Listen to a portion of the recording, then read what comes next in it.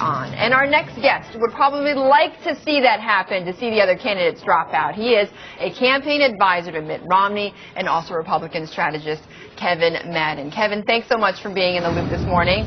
Good morning. Good morning. Thanks very much for having me. It's great to be with you. And what a night last night. Certainly a lot of excitement for all us media folks who are watching the results very closely. Look, a lot of people say this was not the landslide victory that the Romney camp would have wanted, and it shows that there is a problem. They say, some critics say that there is a problem that Romney has with unifying the Republican base. What does he do now? Well, look, I think we're very encouraged by the results that we had last night. Last night's, if you look at the vote tally, we won a majority of the delegates, and this is a delegate fight, and so we're trying to get as many delegates as we can before we get to Tampa. Right now, Governor Romney has about 40% of those delegates. And also, if you look at it state-by-state contests, of the last 15 contests, Governor Romney has won 11. So I think what we are seeing now over these last 15 contests is a lot of voters beginning to coalesce behind Governor Romney. They like his message on the economy. They like the fact that he's the best candidate that can beat Barack Obama in a general election. So I think going forward, I think those are two really important messages, that Governor Romney is the best candidate to turn the economy around. And as Republicans wanting to beat President Obama in a general election, he gives us the best chance as a party. But Kevin, I mean, certainly the math, as I was just talking about with Ralph Schlosstein, the math is in Romney's favor to become the GOP nominee. But what these primaries and caucuses are showing us is there are some weak spots.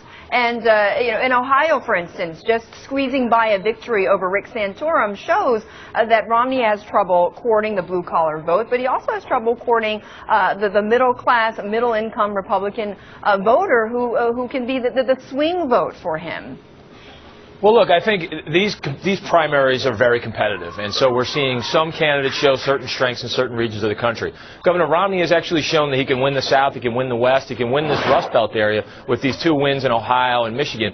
And if you look at Ohio, for example, that Mahoning Valley, where there's a lot of blue-collar workers, where there's a manufacturing industrial base there, Governor Romney actually won that region, and that's a region that's actually closer to Rick Santorum's hometown of home area of Pittsburgh. So, and the fact that Governor Romney is also doing very well with Catholics, which, as we all know, is a very important swing demographic in a general election, I think that does bode very well for the contest going forward through the rest of this primary campaign, as well as in a general election contest against President Obama.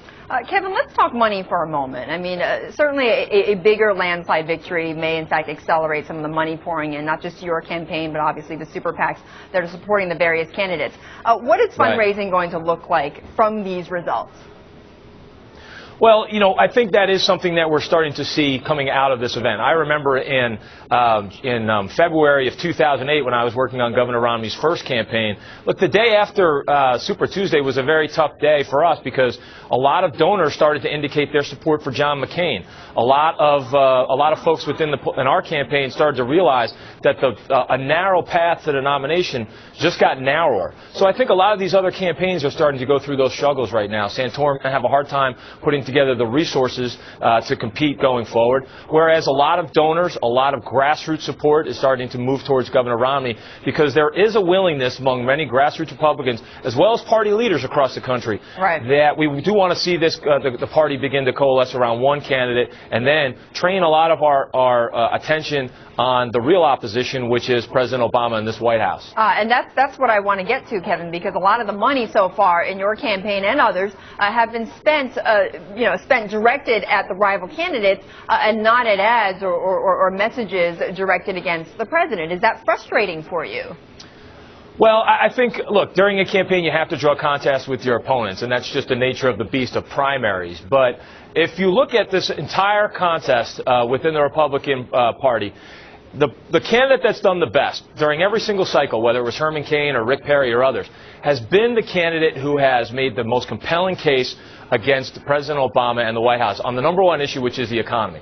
And I think over these last 15 contests, the reason that Governor Romney has done so well is because he has focused on President Obama. He has made the case on what he would do to turn the economy around. So I think going forward, that's a really compelling message in the rest of these contests, and it will set us up perfectly for a general election showdown. Well, and of course, Romney has said from the very beginning he wanted this to be a general election showdown, but I mean, he's clearly gotten wrapped up and had to direct it towards Rick Santorum and to Newt Gingrich. But look, overall, I mean, you know, a lot of people have said that this race itself has shown how divided the GOP party is. Has this been one of the most negative campaigns you have been a part of?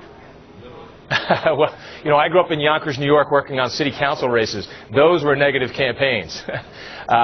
Look, I do believe that. I mean, you've had several leaders within the Republican Party who said that they've not seen anything like this in years, maybe perhaps ever. Well, I disagree. I think that's just the nature of what happens in primary campaigns. You start to air your differences. You do so in a way that is trying to make your most persuasive case. There is this the new wrinkle, which is that the super PAC money tends to keep other campaigns that are running negative ads above. They tend to be staying in the race a little bit longer because they now have the funds, whereas their own campaign doesn't have the resources to continue. That's definitely a new wrinkle. Okay. But I think that what we're seeing right now is an ability for the campaigns that focus best on the economy, and the most compelling message is that, which is who can take on President Obama. I think that will continue to be the case. Kevin, thank you. I appreciate you joining us. Kevin Madden, great to be with you. Campaign advisor. Great to have you. Much more on the presidential campaign ahead.